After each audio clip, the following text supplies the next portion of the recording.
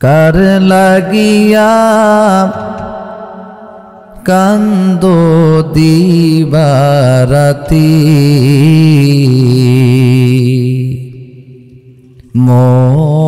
মন রে কার লাগিয়া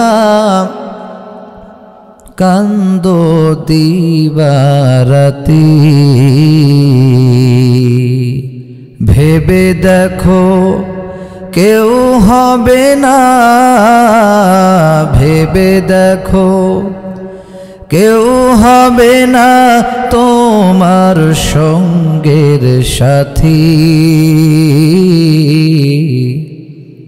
কার লাগিয়া কান্দো দিবারাতি মন রে কার লাগিয়া কান্দো দিবারাতি আপন আপন বইলা যাহারে ভাবছো সারাক্ষণ আসলে যে কেউ নয় তারা কেউ নয় রে আপন ঠিক কিনা আরো জোরে বলতে হবে ঠিক কিনা আপন আপন বইলা যারে ভাবছো সারাক্ষণ আসলে যে কেউ নয় তারা কেউ নয় রে আপন তুমি আজ না হয় কাল বুঝুবা একদিন রে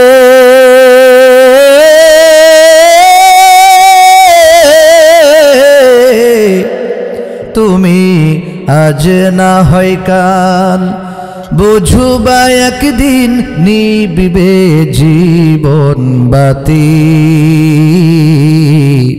কার লাগিয়া কান্দো দিবারাতি মন রে কার লাগিয়া কান্দো দিবারাতি ভাইরা আমার বন্ধুগণ আমার খুব ভালো করিয়া লক্ষ্য করবেন আল্লাহ পাক রব্বুল আলামিন কুরআনে কারীমের মধ্যে সুন্দর করে তিনি জানায় দিয়েছেন এ দুনিয়ার মানুষ সূরা আহজাবের 69 নম্বর আয়াতের মধ্যে আল্লাহ বলে কুরআনে কারীমের মধ্যে আল্লাহ বলেন ওয়াল্লাযীনা জাহাদু ফিনা লানাহদিয়ান্নাহুম সুবুলানা ওয়া ইন্নাল্লাহা লামাআল মুহসিনিন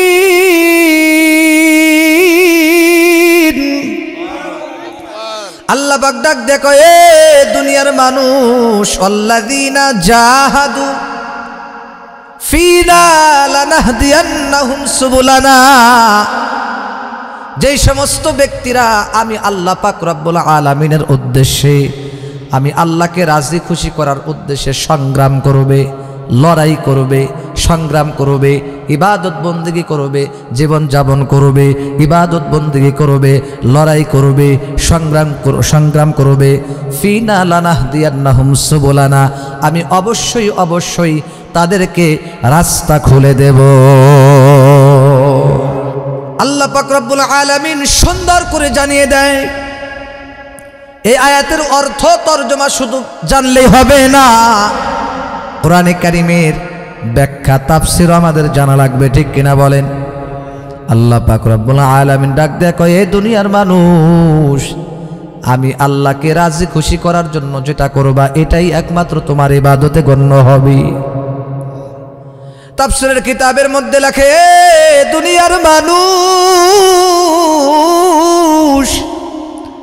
খুব ভালো করে শোনা লাগবে দুনিয়ার মধ্যে যে সমস্ত মানুষেরা একমাত্র আল্লাহ পাক রব্বুল আলামিনকে রাজি খুশি করার জন্য যে ইবাদতটাই করবে ওটাই একমাত্র ইবাদতে গণ্য হবে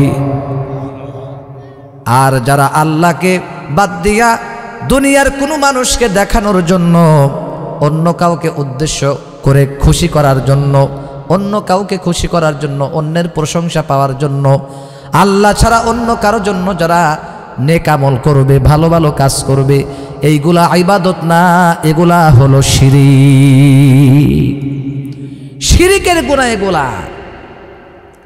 সেই জন্য ইবাদত করবে একমাত্র কার জন্য বলেন? এরে যুবক, একমাত্র আল্লাহর জন্য ইবাদত করা লাগবে। দুনিয়ার মধ্যে কিন্তু আল্লাহ পাক আমাদেরকে বানাইছে একমাত্র ইবাদত বন্দেগী করার জন্য, ঠিক কিনা কন? এই বক্সটা মাঝে মাঝে বুনবুন করে ওঠে, বক্সের সাউন্ড একটু কমাতো, জোরে টান দিলে বক্সটা একটু হুম করে ওঠে, হালকা একটু বক্স কমাও।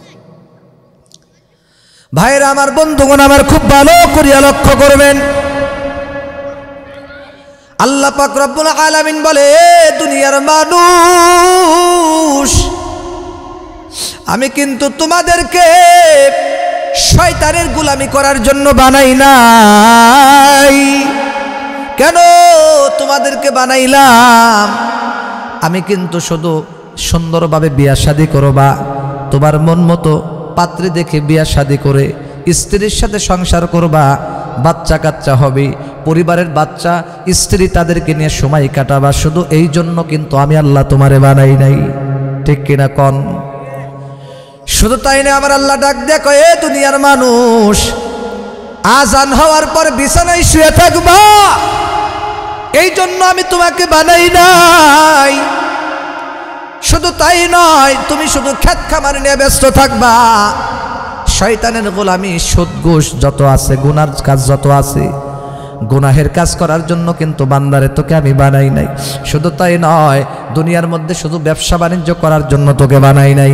আজকে শুধু ব্যবসা নিয়ে ব্যস্ত হয়ে গেলা, ব্যবসার জন্য পাগল হয়ে গেলা, ব্যবসা নিয়ে শুধু ব্যস্ত হয়ে গেলা, ব্যবসা করার জন্য কিন্তু বান্দারে তোকে আমি শুধু বানাই নাই। মুয়াজ্জিন যখন আজান দেয়, আল্লাহু আকবার, আল্লাহু আকবার, আল্লাহু আকবার, আল্লাহু আকবার, মুয়াজ্জিন যখন আজান দেয়, হাইয়া আলাস সালাহ,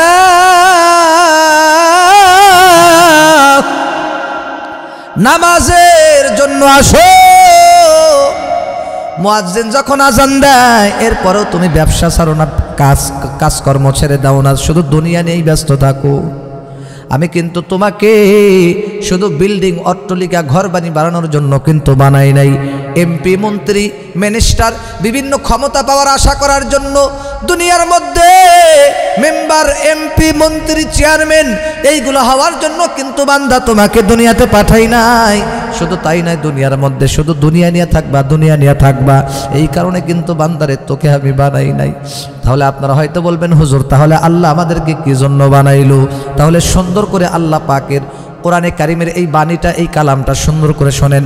আমার আল্লাহ 27 নম্বর পারা 2 নম্বর পৃষ্ঠা আমার আল্লাহ সুন্দর করে জানিয়ে দেয়। আমার আল্লাহ পাক রব্বুল আলামিন বলেন, ওয়ামা খালাকুতুল জিন্না ওয়াল ইনসা ইল্লা লিয়াবুদুন।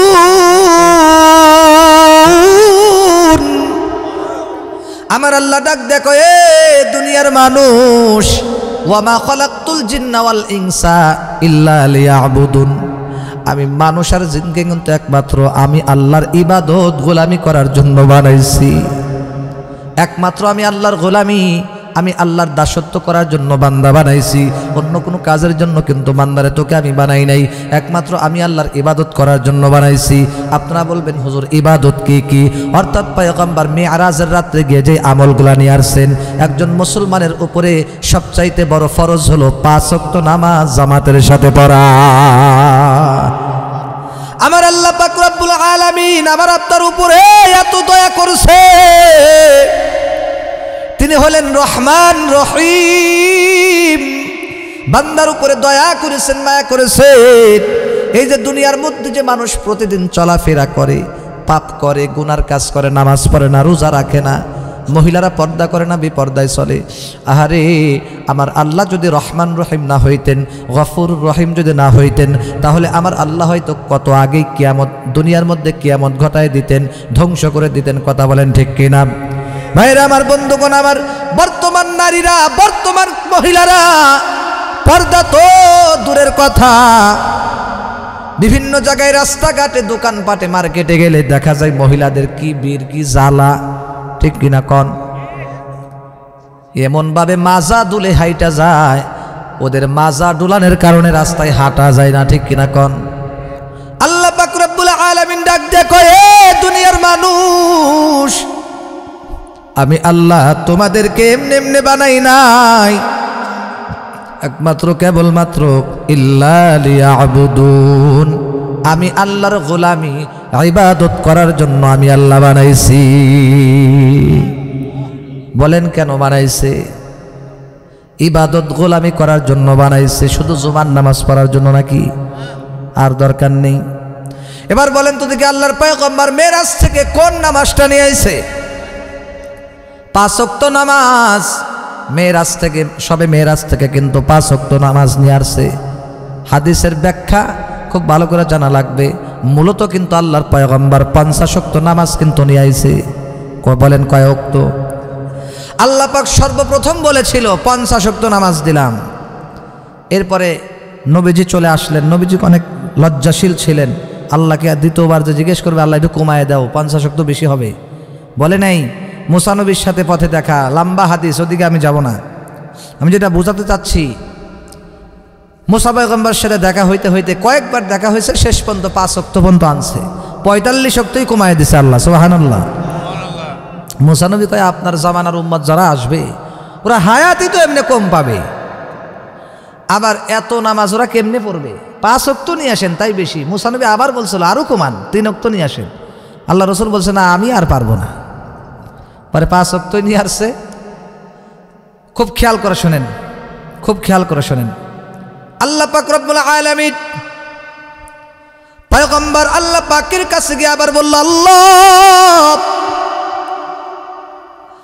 আমার উম্মতের জন্য নামাজ তুমি দিয়া দাও, 5 ওয়াক্ত নামাজ তুমি দিয়া দাও। এবার আল্লাহ বলল, ঠিক আছে বন্ধুরে, 5 ওয়াক্ত নামাজ আমি আল্লাহ দিয়ে দিলাম, তবে শর্ত হলো আমি আল্লাহ যেই কথা দিই ওই কথার বরখেলাপ করি না। সুবহানাল্লাহ কোন? আরো জোরে বলেন সুবহানাল্লাহ। আল্লাহ ডাক দেয়, কয় আমার হাবিব, যেই কথা আমি দেই ওই কথার আর বরখেলাপ করি না। এরে যুবক, এ পর্দার আলারের আম্মা জান, গভীর মনোযোগ দিয়ে শোনা লাগবে। আমার আল্লাহ আমাদের উপরে কত দয়া করেছেন, কত মায়া করেছেন। আল্লাহ ডাক দেয়া কয়, আমি যে প্রথমে 50 ওয়াক্তর কথা বলেছি, আমার ওই কথা অতীতেও ঠিক ছিল, এখনো ঠিক থাকবে, বর্তমান পর্যন্ত একদম ঠিক থাকবে। এ বন্ধু নবী গো, খুব ভালো করে যাই না রাখেন, আপনার উম্মতদেরকে সুন্দর করে বলে দেন, আপনার উম্মতেরা যদি সুন্দরভাবে ওয়াক্ত মতো 5 ওয়াক্ত নামাজ যদি জামাতের সাথে গুরুত্ব দিয়ে আদায় করে, তাহলে আমি আল্লাহ 50 ওয়াক্ত নামাজেরই সওয়াব দান করব।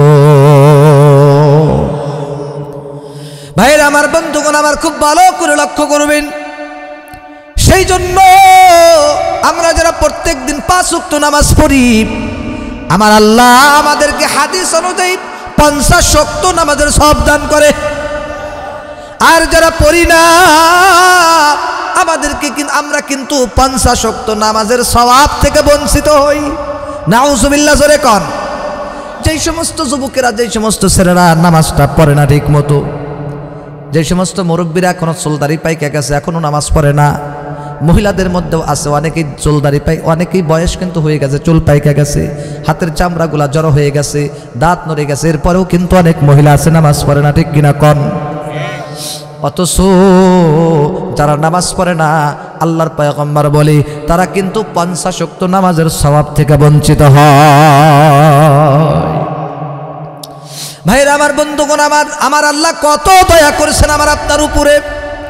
এর যুবক, এ পর্দার আড়ালের আম্মা জান, এই আসমান কিন্তু প্রত্যেকটা দিন আমার আল্লাহর কাছে বিচার নিয়ে যায়।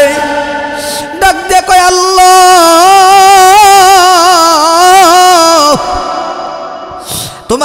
বান্দারা কিন্তু আমি আসমানের নিচে থাইকা থাইকা ওরা গুনাহ করে, পাপ করে, তোমার হুকুম কিন্তু সঠিকভাবে মানে না, তোমার ইবাদত বন্দেগী সঠিকভাবে করে না। আল্লাহ সবসময় পাপ করে, গুনাহ করে, সবসময় নাফরমানি করে। আল্লাহ আমি আসমান আর টিকতে পারলাম না, সইতে পারি না। বিভিন্ন চিপা চাপার মধ্যে গুনাহ করে, বিভিন্ন জায়গায় মোবাইলের মাধ্যমে গুনাহ করি, চোখের মাধ্যমে গুনাহ করি, কলবের দ্বারা গুনাহ করে, বিভিন্নভাবে গুনাহ করি। আল্লাহ আপনি যদি অর্ডার দেন, হুকুম দেন, তাহলে আমি আসমান এই নাফরমানের উপরে পড়িয়া ওদেরকে চাপায়া দেব, ধ্বংস করে দেব। আল্লাহ ডাক দেয়া কয় তুমি কি আমার মাখলুক কিনা? আসমান বলে হা হা আমি অবশ্যই আপনার মাখলুক। আল্লাহ ডাক দেয়া কয় তাহলে থামো, এখনই ধ্বংস কইরো না। শুধু তাই নয়, এবার জমিন আল্লাহর কাছে বিচার দেয়, ডাক দেয়া বলে জমিন ডাক দেয়া কয় আল্লাহ ও আরশের মালিক, আমি জমিনের উপরে দাঁড়ায় দাঁড়ায় তোমার বান্দারা এত পাপ করে, এত গুনাহ করে, মালিক রে আমি মাটির আর সহ্য হয় না, আমি জমিনের আর সহ্য হয় না। প্রভু দয়া করে মেহেরবানি করে তুমি অর্ডার যদি দাও, তাহলে আমি জমিন ওদেরকে, বন্ধুরা আমার সুন্দর করে জমিন আল্লাহর কাছে বিচার দিতেছে, আমি তাহলে ওদেরকে ধ্বংস করিয়া দেব, ওদের পায়ের তলায় আমি থাকবো না, ওদেরকে একবার চিপার তলার মধ্যে পড়িয়া, ওদেরকে চিপার মধ্যে ফালিয়ে আমি ওদেরকে ধ্বংস করে দেব। আল্লাহ ডাক দেয় কয় থামো। এবার জিবাল পাহাড়ও কিন্তু আল্লাহর কাছে প্রত্যেকটা দিন বিচার দেয়, 2 দিন পর পর না, 2 সপ্তাহ পর পর না। মানুষ এত হারে পাপ করে, এত পরিমাণে পাপ করে, আল্লাহ পাকের কাছে কিতাবের মধ্যে লেখে এই যে আসমান আছে, জমিন আছে, এই যে পাহাড় আছে, প্রত্যেক দিন কিন্তু আমার আল্লাহর কাছে বিচার নেওয়া যায়।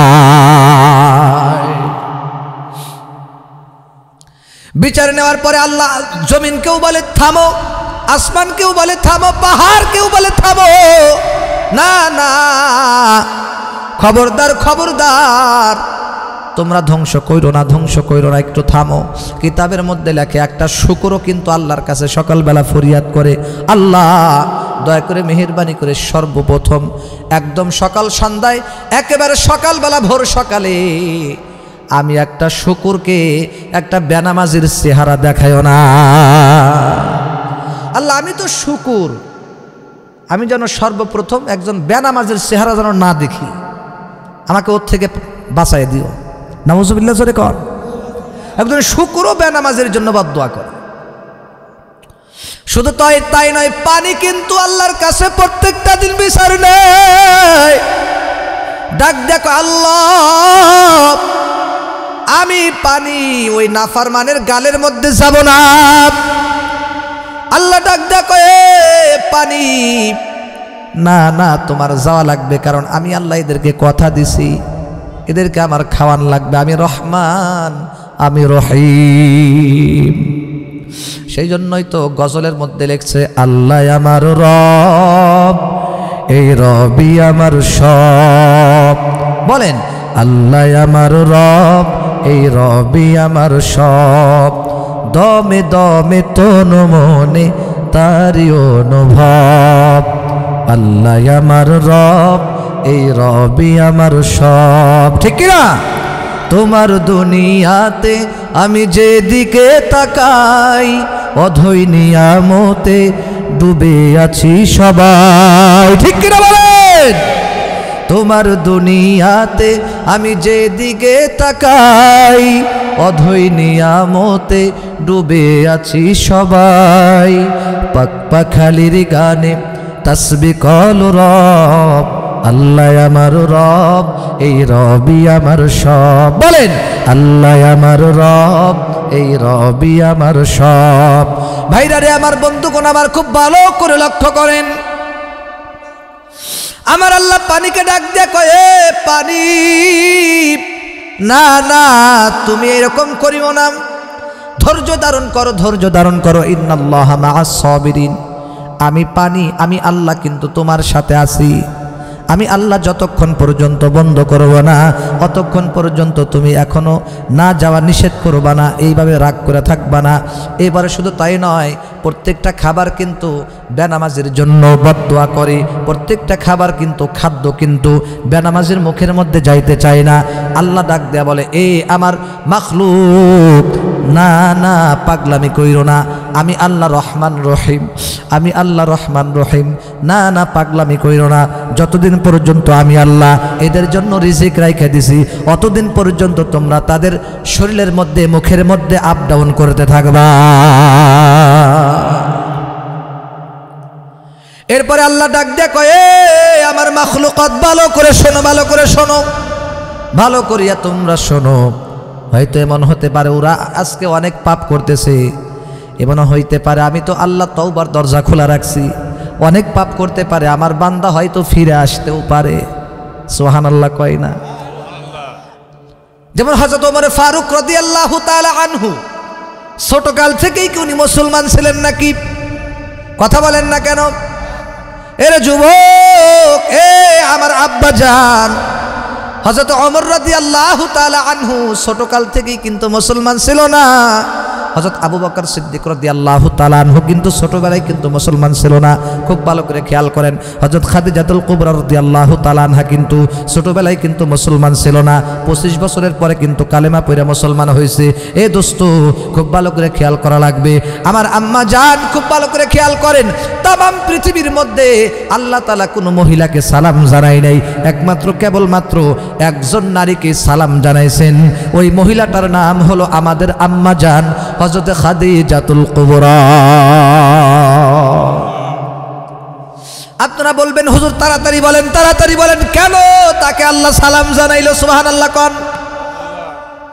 আমার আল্লাহ ডাক দিয়ে বলে, হে ফেরেশতা জিবরাইল, আর দেরি কইরো না, আমার খাদিজা, আমার খাদিজাকে তাড়াতাড়ি সালাম জানাও, আমি আল্লাহর পক্ষ থেকে তাড়াতাড়ি সালাম জানাও।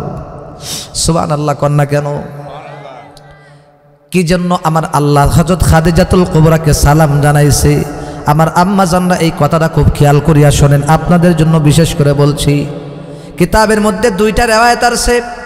এক নম্বর কারণ হলো খাদিজাতুল কুবরাকে আমার আল্লাহ সালাম জানানোর পিছনে এক নম্বর কারণ হলো হযরত খাদিজাতুল কুবরা স্বামীর মারাত্মক ভক্ত ছিল।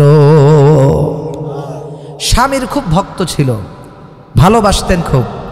স্বামীও তো এক নম্বর স্বামী, পৃথিবীর এক নম্বর স্বামী। সুবহানাল্লাহ, মনে হয় বুঝাইতে পারে নাই। আরে হযরত খাদিজাতুল কুবরা তো আমাদের আম্মা জান, আর খাদিজাতুল কুবরার স্বামী কে ছিল? আমাদের নবী, শ্রেষ্ঠ নবী মুহাম্মদ সাল্লাল্লাহু আলাইহি ওয়াসাল্লাম। সবাই বলেন সাল্লাল্লাহু আলাইহি ওয়াসাল্লাম। এক নম্বর স্বামী ছিল পৃথিবীর মধ্যে, ঠিক কি রকম?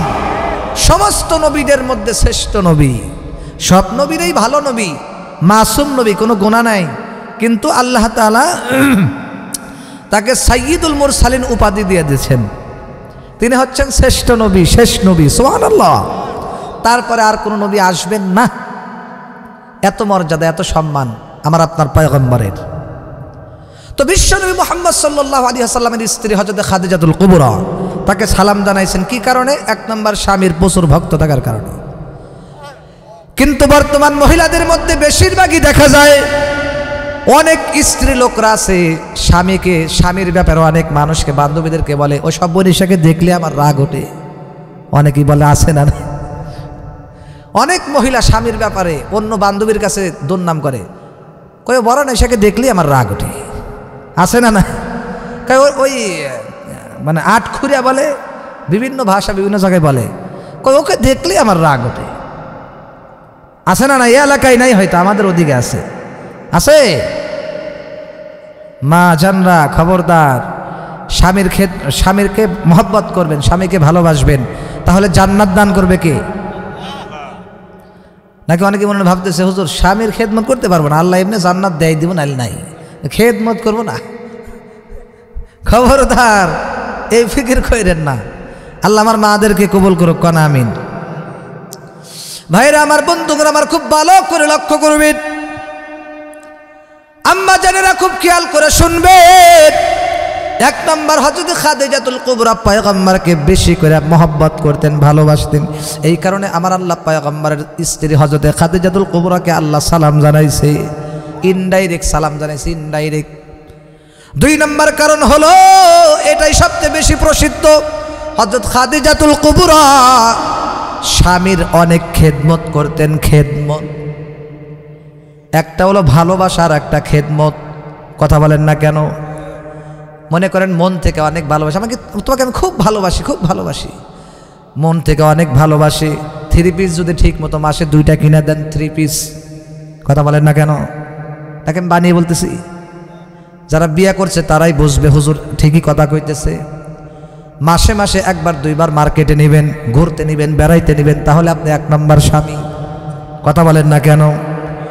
আর যদি আপনি ঘুরতে না নেন, বিয়ে বাড়িতে দাওয়াতে না নেন, শুধু তাই নয়, আপনি যদি মাসে মাসে 3 পিস না দেন, 2-3 মাস পরেও যদি 3 পিস না দেন, আপনি হবেন 2 নম্বর। বলবে তোমার সংসারে কোনো দিন আইসেও মন মতো কিছু পাইলাম না। এরকম আছে না নাই?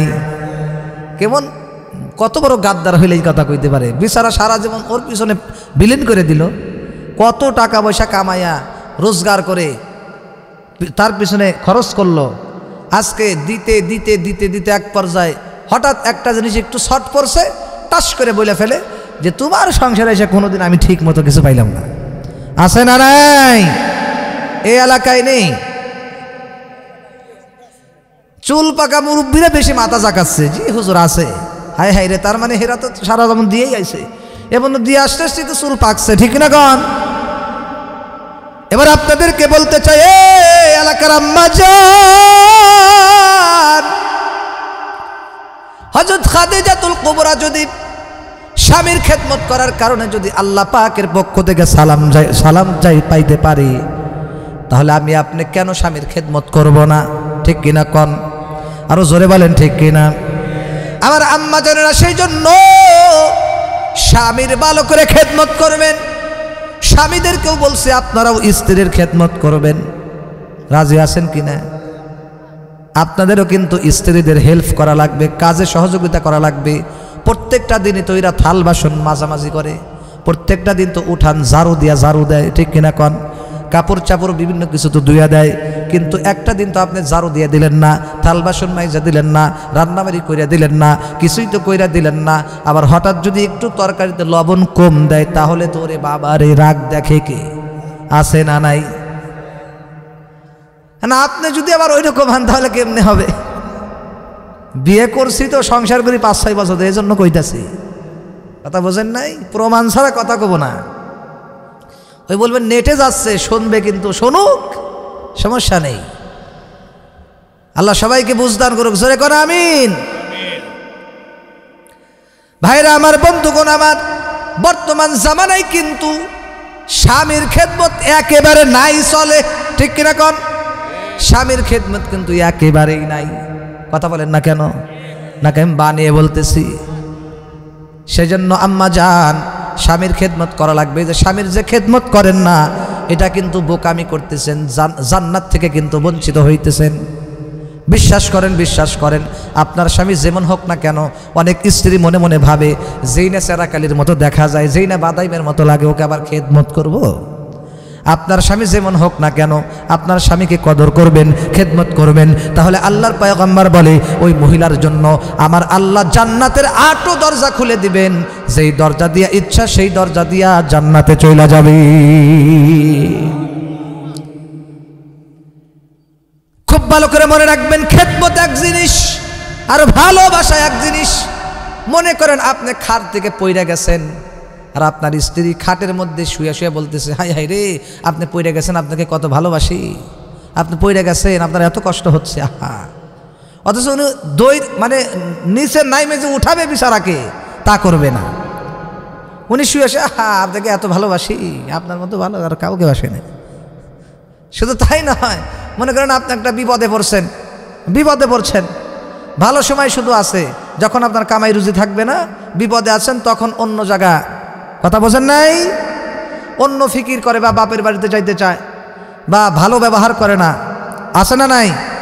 তো মনে করেন তখন কি বলে, তোমাকে অনেক ভালোবাসি, কিন্তু অমুক জায়গায় যাবার মরার দশা হচ্ছে, অধিকার আইগে যায় না। তাহলে এটার নাম ভালোবাসা হইল? স্বামীর কাপড় সাপড় ময়লা দিয়ে সব শেষ হয়ে যাচ্ছে, কোন দিন ধোয়ার খবর নেই। বিচারার পায়ে ময়লা পড়তে পড়তে সারাদিন কাজকর্ম করে আসে, 2টা পাও ফাইটে একদম হয়ে গেছে গা। কোনোদিন পায়ে ফাটা পায়ে তেলও দিল না, মাথায় তেল দিয়ে দেয় না, আর বলে যে খুব ভালোবাসি। আছে না নাই? আছে না নাই? যেন খেদমত এক জিনিস, ভালোবাসা এক জিনিস। সেই জন্য খাদিজাতুল কুবরা ভালোবাসছেন, খেদমত করছেন, ভালোবাসেন, খেদমত করেছেন। সেই জন্য আম্মাজানদেরকে বলবো, যেহেতু কষ্ট করে আসছেন ওয়াজ শুনতে, আপনাদের বিষয় ওয়াজ করার নিয়ত ছিল না, কথার থেকে পরিপ্রেক্ষিতে চলে আসছে। আপনাদের জান্নাতে যাওয়ার জন্য সহজ রাস্তা, 4টা আমল করতে হবে। কয়টা আমল বলেন? 4টা আমল করা লাগবে আম্মাজানদের। 1 নম্বর আমল, মহিলাদের জান্নাতে যাওয়ার জন্য 4টা আমল করতে হবে। 4টা, বেশি আমল করা লাগবে না। হাদিসের মধ্যে আছে, পয়গম্বর বলেন, 1 নম্বর, যখন নামাজের ওয়াক্ত হয়ে যাবে সাথে সাথে ওয়াক্ত মতো নামাজটা পড়ে নেওয়া। 2 নম্বর আমল হলো রমজান মাসের রোজা রাখা লাগবে। কথা বলেন না কেন? 3 নম্বর আমল হলো খাস পর্দা করা লাগবে। খাস পর্দা। বর্তমান কিন্তু পর্দা 2 প্রকার। বলেন কয় প্রকার? 2 প্রকার। দেখবেন কিছু মহিলা এমন বোরকা পরে আর অন্য পোশাকের চাইতে ফিতনা বেশি দেখা যায়, ঠিক কিনা কোন? শুধু তাই নয়, অনেক হুজুরদের স্ত্রী আছে। আমার ওয়াজ কিন্তু নেটে যাবে, গোটা পৃথিবীর মানুষকে উল্লেখ করে বলছি, সমস্ত মহিলাদেরকে উল্লেখ করে বলছি, আপনাদেরকে উল্লেখ করে বলছি, সকলকে উল্লেখ করে বলতেছি, খেয়াল করে শোনেন। পর্দা বর্তমানে 2 প্রকার। পর্দা কয় প্রকার? ব্যাখ্যা ছাড়া কথা বলবো না। পর্দা 2 প্রকার, দলিল নিয়ে যান। 1 নম্বর পর্দা হলো খাস পর্দা, সেটা হলো একমাত্র আল্লাহর জন্য। কার জন্য? আল্লাহর জন্য। এটা হলো খাস পর্দা।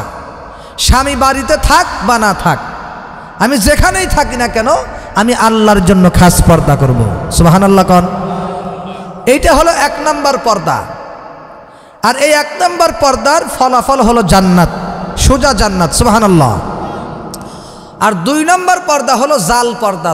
জাল টাকা আছে না, জাল পর্দা। যেমন আপনারা মনে করছেন যে হুজুরদের বউরা খুব খাস পর্দা করে, এদের মতো ভালো আর হয় না। খাস পর্দা করে সবাই না ভাই, না জানলে বুঝবেন না। ভালো করে শোনেন, সতর্কতার জন্য বলছি। অনেক হুজুরদের স্ত্রী আছে খাস পর্দা করে না। যখন স্বামী কাছে থাকে, ওরে বাবা, ওর পর্দা দেখে কে? রাবিয়া মুশরিফের এমন পর্দা করে, হেই ওদিক যাওয়া যাবে নাকি? ওখানে দেখলে মানুষ, ওখানে গেলে মানুষ দেখবে আমি খাস পর্দা করি, তুমি জানো না? যখন স্বামী বিচারা ওখান থেকে কর্মব্যস্ততায় আসে অথবা চাকরিতে আসে, 1 মাস পরে বাড়ি যাবে, তখন সে কি করে? বাইসা গেলাম, এবার ইচ্ছা মতো পাড়ায় বেড়ায়, যা ইচ্ছা তাই করে। আছে না নাই? আছে। এইটার নাম হচ্ছে 2 নম্বর পর্দা। এটা আল্লাহর জন্য না। শাশুড়ি বাড়িতে থাকলে খুব পর্দা করে, আর মেয়ে যখন মেয়ের মার বাড়িতে যায় তখন আর পর্দা করে না। এটা কি আল্লাহর জন্য হলো না? শাশুড়ি বাড়িতে থাকলে খুব নামাজ পড়ে, পর্দা করে, কোরআন তিলাওয়াত করে। আর বাপের বাড়িতে, মায়ের বাড়িতে গেলে আর পর্দা নাই, নামাজ নাই, কোরআন তিলাওয়াত নাই, কিচ্ছু নাই। তখন বলে আমাকে ভুল ধরার কে, আমি যা ইচ্ছা তাই করবো, ঠিক না? এরকম মেয়েরা এই এলাকায় নেই, আছে 2-4 জন বলতেছে আছে। আল্লাহ সকলকে বুঝ দান করুক, বলেন আমিন। সেই জন্য আম্মাজানদেরকে বলবো, খুব ভালো করে শুনবেন।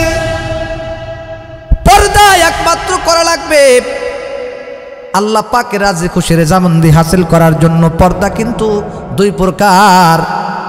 একটা হলো খাস পর্দা, ঢিলা ঢালা পোশাক পরা, ঢিলা ঢালা বোরকা হবে, কেউ যেন আপনার অঙ্গ প্রত্যঙ্গ না বুঝতে পারে। বর্তমানে অনেক মহিলারা এমন বোরকা পরে যায়, ওই বোরকার দ্বারা কিন্তু আকর্ষণ আরও বেশি হয়, ঠিক কিনা কন? না, এমন বোরকা পরবেন, কারণ পর্দা মানেই তো আপনার ঢেকে থাকা। পর্দা মানে কি? ঢেকে থাকা। আপনি যদি পর্দার নামে যদি 2 নম্বরই করেন, তাহলে কিসের পর্দা করলেন? সেই জন্য আম্মাজানদেরকে বলবো, পর্দা যদি করেন তাহলে ভালো করে পর্দা করেন। আর যদি 2 নম্বর পর্দা করেন, তাহলে ওই 2 নম্বর পর্দা দরকার নাই, ঠিক কিনা কন? শুধু তাই নয়, বর্তমান তামাম পৃথিবীর মধ্যে একটা আনকমন কথা শোনেন, খুব খেয়াল করিয়া শোনেন, ভালো করিয়া শোনেন। অনেক বর্তমান বেশিরভাগ মানুষ মনে মনে ভাবে, মহিলারাও মনে মনে ভাবে, পর্দা তো শুধু হুজুরদের স্ত্রীর লেগে, আমাদের লেগে পর্দা নাই। কথা বলেন না কেন? জোরে বলে। মহিলারা বলে, অনেকেই বলে, এই যে অমুকের বউকে দেখে আসছি, দেখলাম খুব পর্দা করে, হুজুরের বউ তো এই জন্য পর্দা করে। এবার বলে, অথবা মনে করেন 2-3 জন বান্ধবী কোথাও যাবে, কথা বুঝেন, 2-3 জন বান্ধবী মনে করেন কোথাও বের হবে।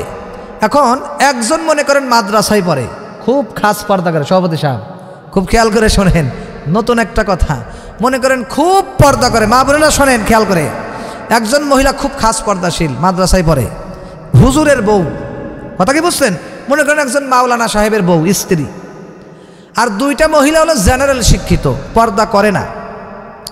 এমনি দেখা গেল জেনারেল শিক্ষিত মানুষের স্ত্রী, তারা অনেকেই আর্মিতে চাকরি করে বা বিভিন্ন জায়গায় চাকরি করে, জেনারেল। এখন মনে করেন ওই মহিলাটা হুজুরের যে স্ত্রী, মাওলানা সাহেবের যে বউ, উনি খাস সুন্দর করে বোরকা পরছে, পর্দা করছে। এবার ওই 2 জন পর্দা করে নাই, 3 পিস পরেই বের হয়েছে, সাজগুজু করে ইচ্ছা মতো, কথা বোঝেন নাই। এবার ওই মহিলা বলতেছে মাদ্রাসার মেয়েটা, এই আপনারা পর্দা করেন না কে, আপনারা পর্দা করে আসেন, দূর তোমরা মাদ্রাসায় পড়ো, তোমরা হুজুরের বউ, এই জন্যই তো পর্দা করতে হবে, তো আমাদের পর্দা করা লাগবে না, আছে না নাই, কথা বলেন না কেন, আমাদের পর্দা করা দরকার নেই, তোমরা হুজুরের বউ, তোমরা পর্দা করবে, কথা বলেন না কেন।